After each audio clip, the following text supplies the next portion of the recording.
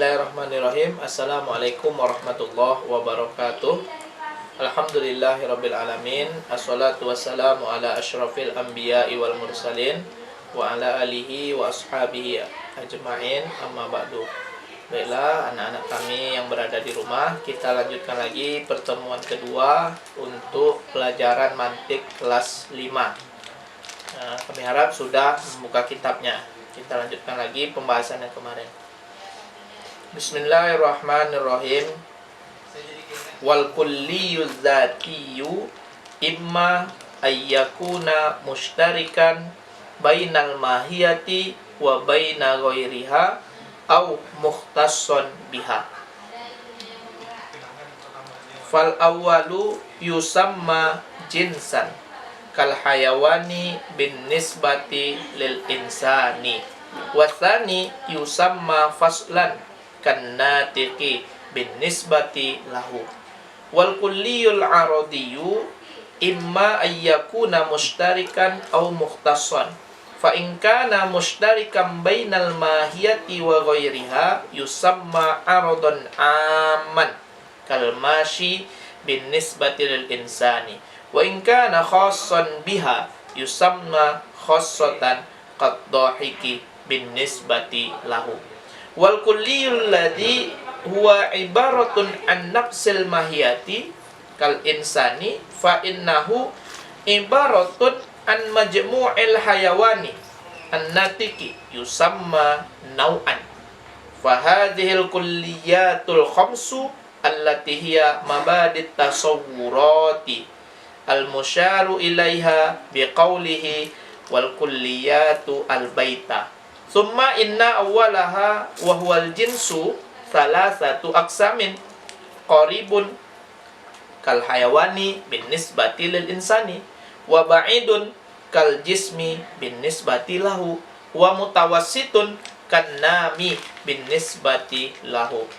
Wa huwal musyaru ilaihi biqaulihi wa awwalun salasatun bila syatat jinsun qaribun aw ba'idun aw wasat al-baita. Tsumma qala rahimahullah ta'ala.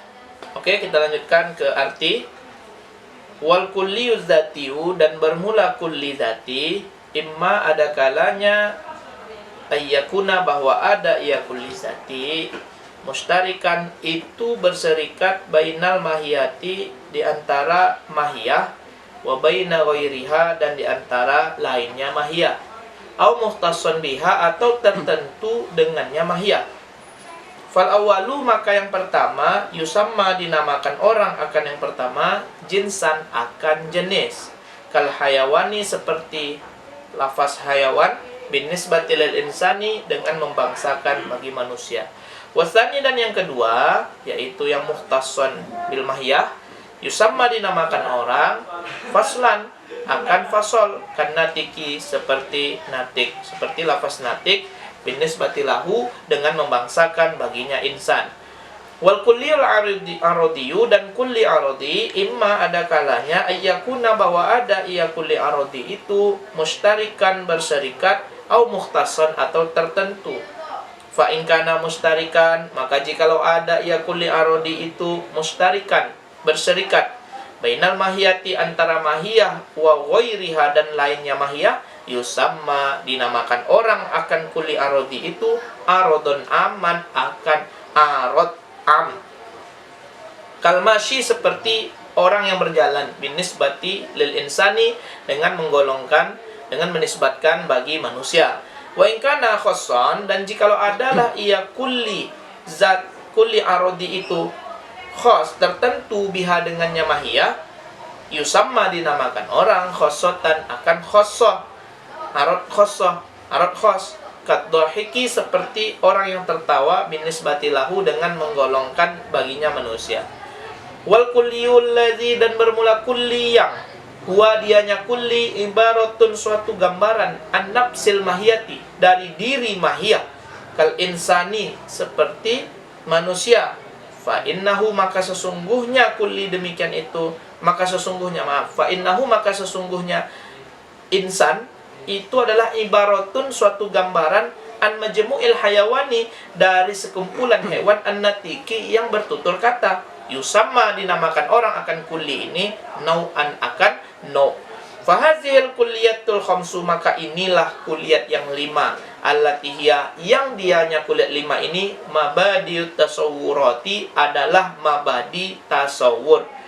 Al-musyaru, yang diisyaratkan ilaiha kepadanya kulliyat yang 5 ini, ya, biqaulihi, dengan katanya musannif, wal kulliyatu khamsatun nanti kos jinsun wa faslun aradun nau'un wa khos al-baita, satu bait.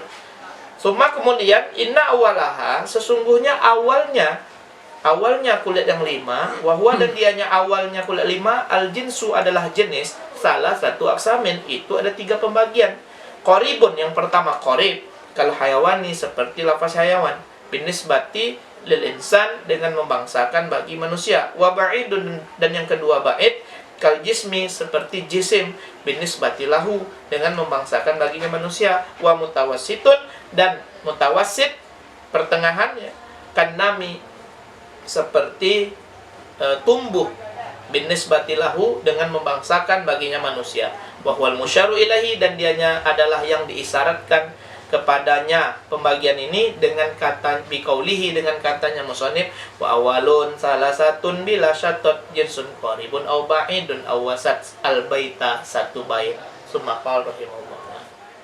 Ya, oke, baiklah, sekarang kita masuk ke bagian penjelasan bagi anak-anak kami yang lupa dengan keterangan lalu mengenai kulli zati dan kulli aradi. Silahkan ditengok di video sebelumnya.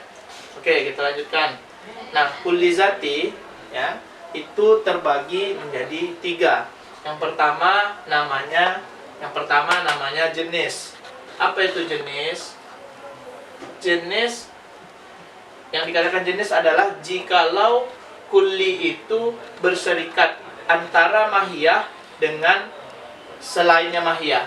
Maksudnya, jikalau lafaz itu berserikat antara benda yang kita maksud dengan benda yang lainnya, maka namanya itu jenis. Kita contohkan, ya, al-hayawan, ya, hewan, lafaz hewan.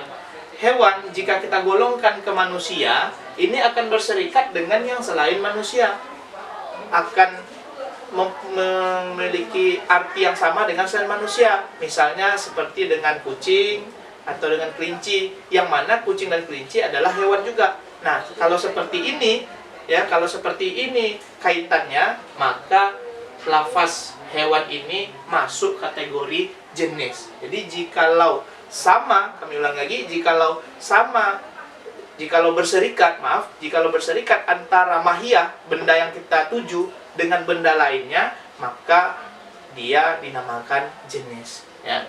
Selanjutnya, yang kedua, yaitu pembagian zati yang kedua, yaitu fasal, ya. Fasal, apa itu fasal? Jikalau adalah kulli itu terkhusus dengan mahiyah. Artinya kulli ini, lafaz yang kulli itu terkhusus hanya dimiliki oleh benda yang kita maksud saja. Contohnya adalah natik, ya, orang yang bertutur kata, orang yang bisa berbicara, orang yang bisa bertutur kata. Dengan kita kelompokkan, kita golongkan ke manusia. Natik ini adalah ciri khusus yang hanya dimiliki oleh manusia. Nah, sementara di hewan tadi, di contoh sebelumnya tadi kan, hewan itu bisa jadi manusia, bisa jadi kelinci, bisa jadi kucing, dan lain sebagainya. Sementara di natik, ya, di fasol, ini hanya milik hewan, milik mahiyah, milik benda itu saja. Ya, apakah di sini karena contohnya tadi manusia, maka natik itu hanya milik manusia saja. Itu pembagian kulli zati yang kedua. Yang ketiga, yang termasuk dalam kulli zati adalah nau'. Ya, nau'. Apa itu nau'? Nau' itu adalah gambaran dari diri mahiyah, diri benda itu. Nama ataupun ungkapan yang mewakili benda yang kita maksud. Kalau di sini kita tadi ingin mengibaratkan ini namanya apa? Ini manusia namanya. Maka nau'-nya itu adalah manusia. Ya, contohnya tadi manusia. Maka manusia itu apa? Jenisnya adalah hewan, fasolnya adalah an-natik. Jadi al-insan hayawanun natik. Ya, manusia itu, lafaz manusia itu adalah no-nya, sementara insan, sementara hayawan dan natik itu adalah jenis dan fasol bagi lafaz tadi, ya, lafaznya. Jika kita contohkan, ya, kita ambil contoh, misalnya al-insan, misalnya kita mendefinisikan apa itu insan. Insan adalah al-hayawanun natik. Ya. Nah, yang ini namanya no. Nah, ini namanya jenis. Dan ini namanya fasal. Kami harap bisa dipahami ya. Ini dari yang 3. Oke, selanjutnya ya, pembagian kuli arodi. Kuli arodi terbagi 2. Yang pertama namanya arad am. Apa itu arad am? Jikalau kulinya berserikat antara mahiyah, benda yang kita maksud, dan selain mahiyah, selain benda yang kita tuju itu. Contohnya al-masyi, orang yang berjalan. Ya, orang yang berjalan ini al-masyi, yang berjalan. Ya, yang berjalan ini bisa jadi dia ke manusia, bisa jadi tadi ke kucing ataupun ke kelinci. Ini bisa menempel, ya, arad sifat yang bisa menempel ke mahiyah ataupun selain mahiyah. Ya, itu arad am namanya. Jika dia tertentu, in kana mukhtasun bil mahiyah, jika terkhusus sifat itu terhadap mahiyah, benda yang kita maksud, maka namanya arad khas. Contohnya apa? Ad-dhahik, tertawa. Ini hanya karakteristik yang dimiliki oleh manusia. Maka kalau dia tertentu, tidak berserikat antara benda itu dengan yang lainnya, makhluk itu yang lainnya, maka namanya arad khas namanya. Nah, contohnya ya, misalnya kita ganti contoh al-insan. Al-insan adalah hayawanun natik. Kalau tadi menggunakan jenis dan fasol, bisa saja kita ganti, ya, al-insan misalnya al-hayawanun dhahik misalnya. Ya, bisa saja al-insan al-hayawanun dhahik, yaitu manusia itu adalah hewan yang bisa tertawa. Nah, ini ya namanya apa? Kita ganti ya, ini namanya sekarang definisi menggunakan arad khas. Nah, kelima-lima ini jenis, fasol, no, arad am, arad khas, inilah yang dinamakan dengan kuliat yang 5 yang menjadi mabadi tasawur. Ya, kalau dikaji lagi pelajaran dulu waktu kalian kelas 4, ada dulu mabadi tasawur, itu kuliat yang 5. Maqasid tasawur kol syareh. Terus mabadi tasdik itu adalah kodoya dan hukum-hukumnya kodoya, dan maqasid tasdik adalah kias dengan pembagiannya. Nah, itu untuk kuliah yang 5. Kami harap sampai di sini sudah paham. Jika lo masih ragu, silahkan diulangi lagi. Nah, terakhir untuk jenis itu terbagi menjadi 3. Ya, untuk jenis itu terbagi 3. Yang pertama qarib. Yang kedua mutawassit. Yang ketiga ba'id. Nah, apa maksudnya qarib, mutawassit, dan ba'id? Qarib artinya kemiripan. Dari jenis ini semakin dekat dengan objek ataupun benda yang kita maksud. Maka contoh jenis qarib. Contoh jenis qarib apa? Yaitu tadi al-hayawan. Ya, al-hayawan itu adalah contoh bagi jenis yang qarib. Nah, mutawassit itu pertengahan, artinya dikatakan dia dekat, tidak terlalu dekat dengan kategori manusia. Jikalau dikatakan jauh, dia tidak terlalu jauh, yaitu mutawassit ini contohnya apa? Contohnya nami. Nami artinya tumbuh, ya. Maka manusia itu kan tumbuh berkembang. Nah, dikatakan dia mendekati dengan manusia, tidak. Dikatakan terlalu jauh, enggak. Ya, artinya nami ini bisa menimbulkan istirok yang banyak.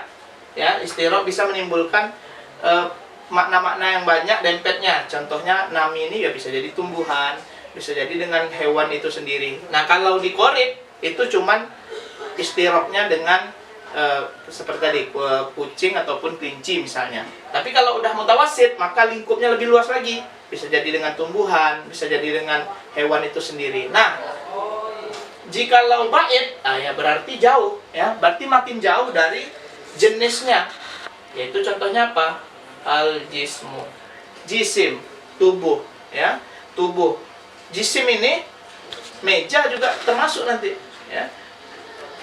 Bisa jadi meja, bisa jadi tumbuhan, bisa jadi batu, bisa jadi hewan itu sendiri. Pokoknya segala yang berjisim maka masuk kategori jenis yang bait. Maka lingkupnya lebih luas lagi. Nah, maka semakin dekat lingkupnya dengan nisbah kepada objeknya, maka namanya jenis qorib. Semakin jauh namanya jenis bait. Nah, kalau pertengahan dia namanya jenis yang mutawassit. Nah, ini pembagian untuk jenis, ya. Nah, maka ini dihafal karena ini termasuk dari dasar ilmu mantik. Nanti ini yang 5 ini akan digunakan untuk membuat qaul syarih ataupun membuat definisi. Demikian pelajaran kita pada kesempatan kali ini. Wabillahi taufiq wal hidayah. Assalamualaikum warahmatullahi wabarakatuh.